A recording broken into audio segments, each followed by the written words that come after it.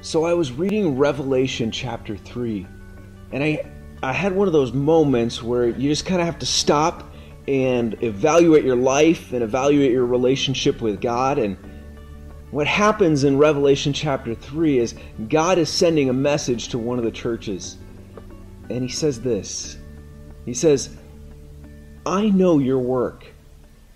You have a reputation for being alive, but you're dead. Man, that's tragic, isn't it? And basically, he's saying, everyone who looks at you, they think that you're awesome. They think that you are super Christians. You're doing all the right things. You're doing amazing things for God. You're going on mission trips. Your preaching is pretty sweet. You're doing everything but walking on water, man. You are super Christian. But I know better. I see what's on the inside, and it's not pretty. Man, that's a sad place to be. That's a sad thing to have said about you. And yet I wonder how often it could be said about people who are in churches all across the world. That you seem like you're alive, you look like you're doing good things, but you know, when it comes down to it, you're going through the motions. And it's not real. And there's all kinds of nasty going on inside of you. Man, this hits home to me. It hits home because I know that there have been times in my life when this letter could have been written to me. I was that guy. I grew up in the church. Ever since I was little, I was involved in Sunday school and vacation Bible school, and I was in Bible clubs, earning all these awards. In fact, I had so many awards on my shirt, I looked like a 4-star general. And when people looked at me, I was sure that they were thinking, man, that is an ideal Christian. Man, that is an awesome guy. And yet, inside, it was all a show. Inside, I was infested with pride. And when it came down to my relationship with God, man, that was just something that I really didn't care about. I don't even know if I had a relationship with God. I certainly didn't care about impressing Him. I was just about impressing other people. And I was dead. Jesus said that on that day, you know that day, the day when all bets are off, accounts are going to be settled.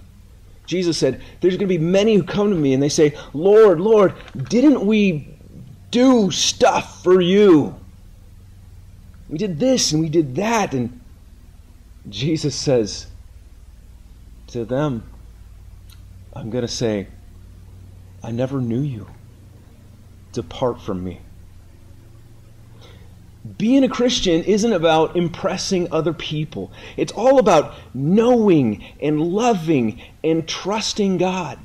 And it's about coming to grips with the fact that you're no better than everyone else out there.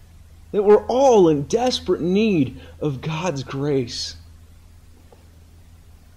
And that in the end, you need a Savior just as much as everybody else.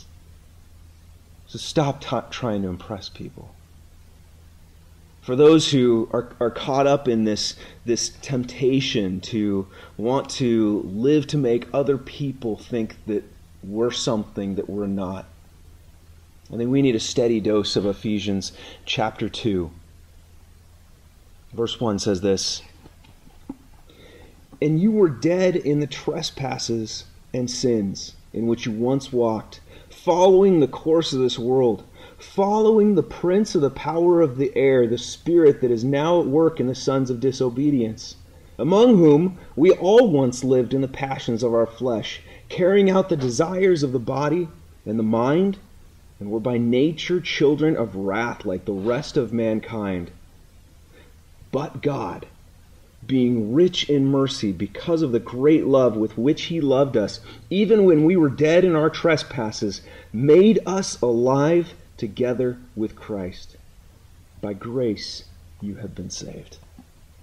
Man, that's an awesome reminder. It's a humbling one. It's one that we need to hear over and over and over again. We need to remember where we come from. We need to remember who's the one that's responsible for saving us. And we need to remember that our lives, they're to be lived only for Him.